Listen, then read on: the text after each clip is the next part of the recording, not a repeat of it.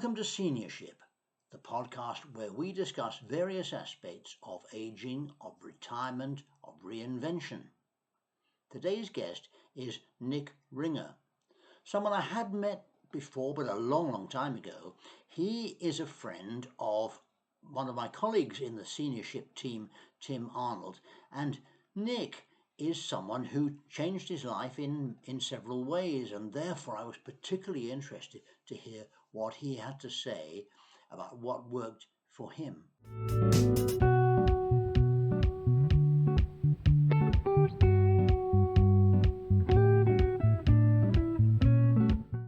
We had a little chat before we started this recording, Nick, and you told me a little about what you're doing these days. Please, now you look like a chap who's in the best of health, not in the first flush of youth, but in the best of health. How are you, and what are you up to these days? I'm very well. I'm coming up to 75, and I've always been active in my life, generally, particularly commercially and also physically. I think I mentioned there was an incident with COVID where I had restaurants which unfortunately obviously had to close, but we had certain issues with landlords, etc., that didn't see the need not to demand rents. So the challenge after that was to look for an opportunity where I could provide some positive input into a society, let's call it that. And one of the things that I'm doing now is working in a local hospital where I'm part of the team that provide the breakfast, lunch, dinners, coffees, teas, etc., which I find particularly not only gratifying, but I also find it very rewarding, because if I can bring a smile to a patient's face in providing a decent meal, but also talking to them and being positive when they are probably facing some of the most negative times they've experienced, this gives me a very, very positive, very positive reward to me, and I leave after a particular sort of shift, and a lot of the time I am more uplifted, certainly physically and mentally, than I was when I moved in. When you're right, yes. Now I have to say, I put my hand up, I am paid to do this, which is a positive. But one of the things that I find very interesting and rewarding is that at times on selected wards, I am surrounded by volunteers. And when I talk to these volunteers, they are people who've retired. The concept of retirement hasn't been what they thought it would be, in the sense that they are not as active as they were when they were working. And they resort to going to the local shop, buying the newspaper, coming back, reading the paper, watching daytime TV, etc., etc. What they now do is come into an environment where they can provide, let's say, teas and coffees, after being trained and to certain standards, health and safety standards. But what they do is they talk. They are engaging with the patients and the staff. They're highly respected because they're people who want to do it for their social as well as their emotional sort of values. And I've been very impressed with a number of them, as they are in their late 70s, early 80s. And actually, when you look at them, you think, my God, you don't look that old. But it's because they have been active, and they are continuing to be active. And it's very, very important that as we get to our phase in life, you don't sort of retire your brain, your physical attributes, because, as they say, if you don't use it, you lose it. And that's a little nice phrase, but it is highly relevant for people at our age. So that's a summary of where I am, and that's why I was interested in being on this Zoom. Thank you. And by the way, the phrase that you just mentioned, absolutely spot on. Use it or lose it. And I was reminded of that myself recently because my daughter was visiting me here in Birmingham, where I now live, and I can't remember the circumstances, but she was about to take the stairs up to my apartment, which is 3 floors, that's all. I was about to get in the lift, and she said, "Use it or lose it, Dad." So it's absolutely key, using it or losing it. And well, I know you've made that reference, but it's one of the things that I think we could extend this conversation to, because I don't use elevators and lifts if there's stairs, because I want to go up the stairs because that keeps me fit. I try and do 10,000 steps a day. Do you? And I think particularly I live down in Tor Bay, so one's walking by beautiful coastal areas, and the weather changes as it does in the UK. But some days you have to put on waterproof clothing and a hat and everything else. Other days, like yesterday, the sea was like glass and it was very warm for the time of year. So these kinds of principles maybe should come into the podcast as well, that seniorship is all about a particular perspective on your life and what you need to do, albeit gradually over a course of time. Change, don't press the button on the elevator, walk up 2 flights.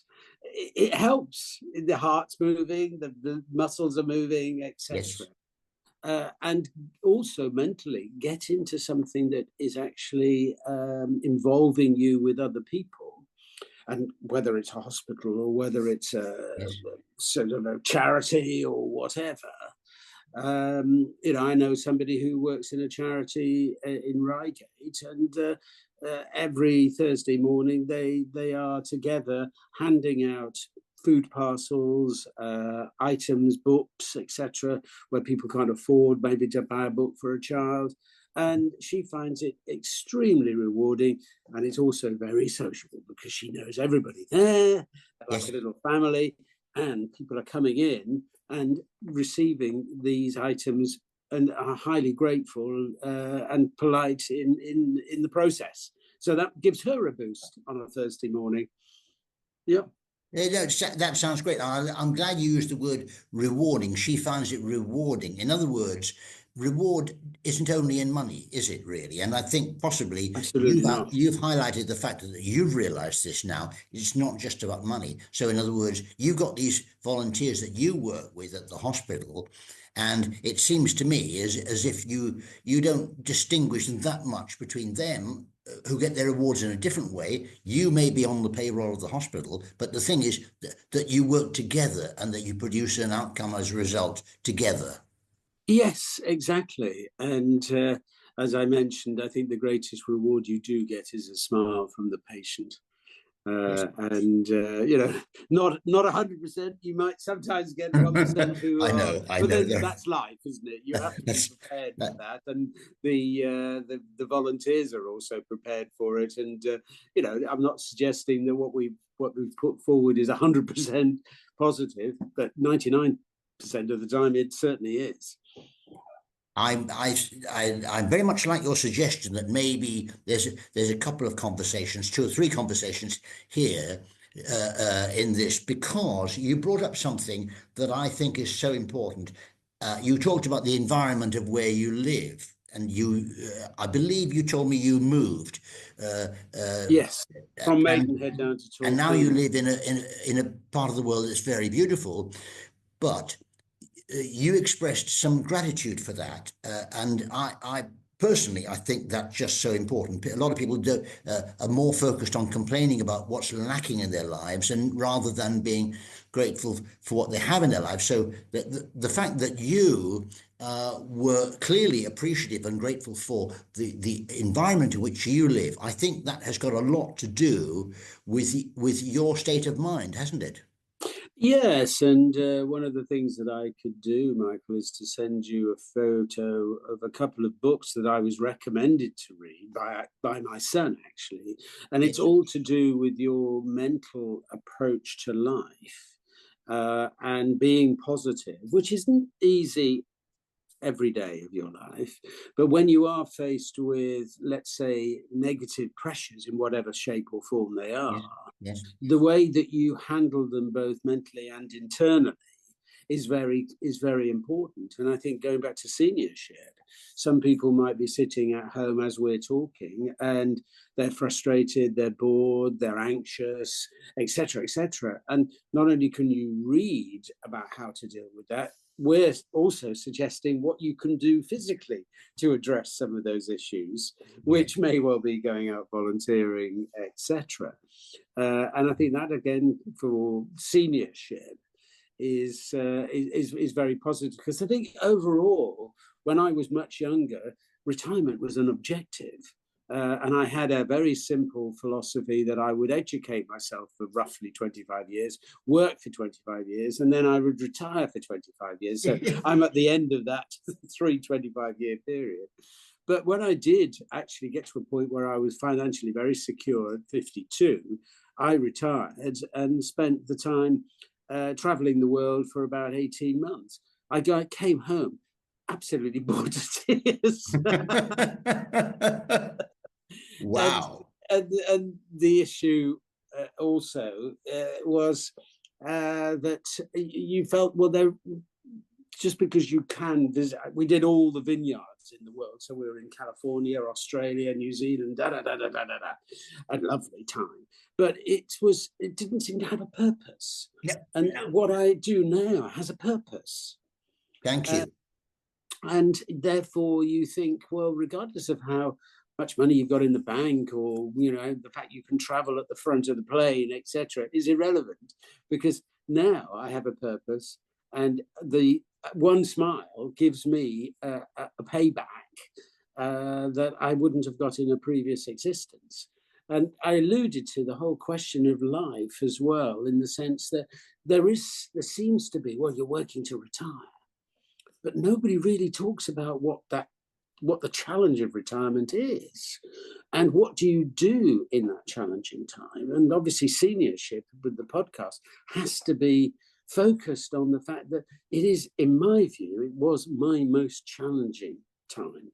It has been my most challenging time until recently, because when you're working in a corporate environment like I was, it was quite easy. You were just stepping up the ladder. You had to hit certain targets. You worked with teams of people you liked, and you were just, you were on a treadmill, but a positive treadmill. Yes. When you retire, you suddenly are on your own. You're lost, yes, in a way. And yes, you had your friends, you'd go out and do this, that, and the other, play a round of golf and all the rest of it. Somehow that motivation wasn't present.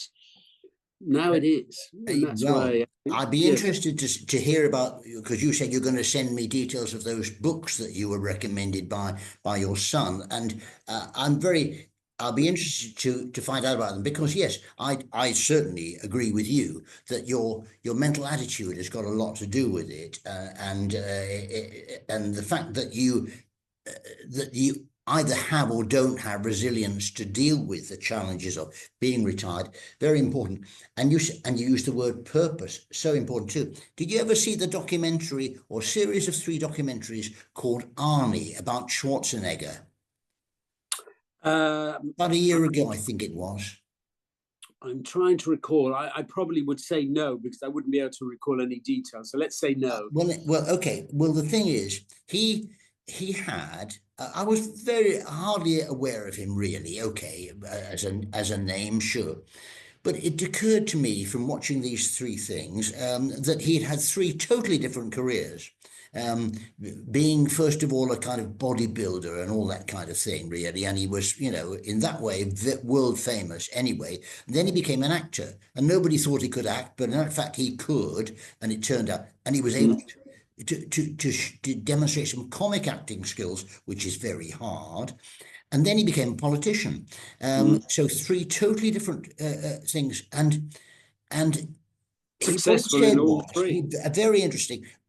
Although he'd had a pretty terrible relationship with his father when he was young, his father had said something to him that he never forgot and which drove him right through his life. And that phrase was, be useful.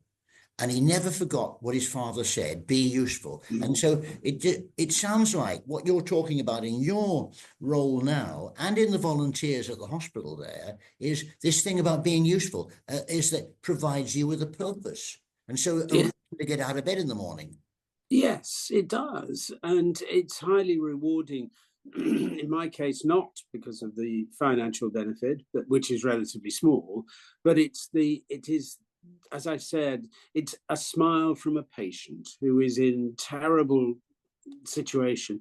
Get that smile. That is worth millions to me, because and they move around the hospital based on their condition, and then you finally see them in what they call the discharge lounge, where they can be there for some hours, but they think they're moving out almost immediately. Yes. But there is a process that they have to go through at the hospital, and that can be a very frustrating time for them. But sitting down with them, giving them an extra coffee, a biscuit, a lunch, or whatever, sitting down and talking to them about their experience, what they expect to go through in the future, when they get home, etc., is so gratifying. And they speak from the heart because, they've perhaps been in a very, very tenuous situation for the last few days or weeks. So it's that's where you get the reward. At least certainly I do. And I know the volunteers do, because that's exactly why they do it. So it's very, very gratifying, which, generally the NHS is full of staff that have a similar sort of perspective on what are they doing. They're helping people, helping people to live and survive and get better and leave the hospital in a positive frame of mind. Yes. Yeah. Yes. That's good. That's excellent. I'll send you the photos of the books. Thank you. Please do. And by the way, you mentioned this 10,000 steps thing, and you try and do that. And I think you said you're 75 or coming up to 75? Coming up to 75 in June, yes. Okay.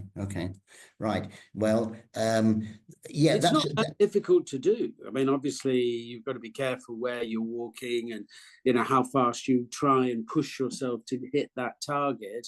But a lot of the time, particularly where I am, you're by the sea, or you could be by a river, or you could be walking through a field, regardless. It's very mentally positive to do that, because you are often in an environment which is very de-stressful. It's taking any stress out of you. And if maybe you also post these couple of books that I'm reading, which talks about how you've handled stress and positivity in your life. The physical process helps you just as much as the mental process. Yes. And you end the day not only in a better shape, let's say, and it might be progressive. You might start with 3,000, 4,000. You're moving up. Some days I do 17,000 because lots of things happen, and you've been out for an extended walk with a friend or whatever.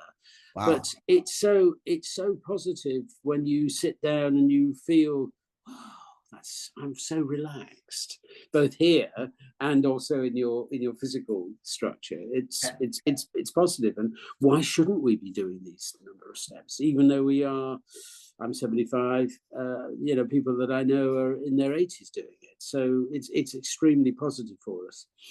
Good. And the thing also is that, and by the way, the 10,000 steps average that you do, that in a way, that's a almost like a meditative process, isn't it, really? You have time, if you like, for your brain during that walk to process what's going on in the rest of your life. Yes, exactly. And if you're walking in very attractive environments, I can helps walk a lot. On the seaside. That also helps. I mean, yesterday down here, the wind was hardly moving at all. It was about 11, 12 degrees. The sea was like glass, and there's little waves, and I took videos of it and sent it to friends and family saying, look at this, isn't this fantastic? Now I know a week ago it was drizzle and grey and foggy, but you still go out because it's positive for you. It's positive for you. Nick, I'm impressed with the way you handled what happened to your business. And that was basically as a result of COVID, wasn't it, really? It was, yes. I mean, when you closed down, because you had to, even though COVID came to an end, you then had to reopen. Well, that's restaffing, etc. And then, you were closing down again. And it was not a positive period of time. And one had no idea that COVID was going to hit the world as it did. And obviously some people, quite a lot of people suffered as a result of that. So it's one of those challenges in life that, again, going back to this podcast, if you are positive about what you're doing, whatever hits you, you can survive. And obviously certain medical conditions, we don't. That's a fact of life. But we can survive it in a mental approach by doing what we've just discussed, and perhaps volunteering is one of those methods. Good. I tell you what, I think that it would be really good to schedule another one or maybe two sessions with you, Nick, talking about the impact of volunteers in the NHS specifically. I'm convinced that the NHS couldn't function without volunteers. They certainly help. They certainly really helps a lot, really. So we could talk about that. And you said that actually you maybe could get one or two of them involved on the call. Actually, we can talk about setting that up. Also, how you handled the winding up of your business and handled that up, and how you responded it, and how you moved to another area where property was cheaper, etc., etc. That to me sounds like another object lesson in dealing with difficult situations. Yes, it was. I never had, in my wildest dreams, expected that I would be in a situation like I was, or like my wife and I were. And one of the things that, I have a great privilege in that she's my second wife, and she works, she's 65, works for a consultancy, also works in retail, working very hard because we still have liabilities which need to be repaid. And that's, several years after the event hit us. So we have to be focused on the future, and we focus on, our activities.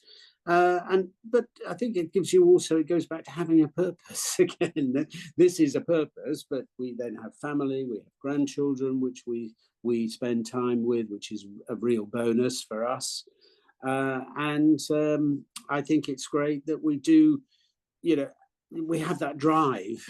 It gives you that drive, not only because you have to, but because you want to get to stage two, where there's no sort of liabilities as such hanging over you. So that's a positive as well. So it keeps you going. Yes. And my father was very active commercially until his mid-80s, and I look at him and I think, wow, I know why you did what you did. Because he didn't want to retire, he wanted to keep going, And he was very commercially active with lots of projects that we all were interested in. Some of them didn't come to anything, some of them did. But at the end of the day, he was very, very active until he was about 2 months before he passed away. So good thumbs up. Good for him. And good for you. Well, look, Nick, I think we've got the basis there of several more conversations. So I think so. Let's wrap it up for today. Yes. This is being recorded, so I'll send you a copy of the recording first of all, yes. Nick. And then we'll schedule some more conversation. That would be absolutely fine. And if I can get the involvement of some of the volunteers at the hospital, that would be absolutely excellent, because I think if more people could hear this and could, perhaps apply to their local hospital, wherever it is, and as a volunteer. Now, I don't know the process of assessment and profiling and whatever, so it's not, you can't just walk in and volunteer, I'm sure. because to be involved in the NHS, there is a significant series of checks and balances on you personally, your background, etc., etc. Excuse me, etc. But I'm sure that would be an opportunity for people to at least think about. To think helping about it, in that regard. And you're right. I'm about to become a volunteer at our local hospital here in Birmingham, the QE Centre, which is a massive, quite a modern hospital. And yes, so I've got all the forms, and yes, obviously for reasons you say, you know, I know everybody moans about health and safety, but these are things that have to be done. Good. Well, for now, thank you for your very time, much, Nick, Michael. and I look forward to speaking again, and we'll schedule some more talks along the lines we've talked about. Thank you very much indeed. Have Thanks a good day. for your time. Bye for now. Bye-bye. Bye-bye.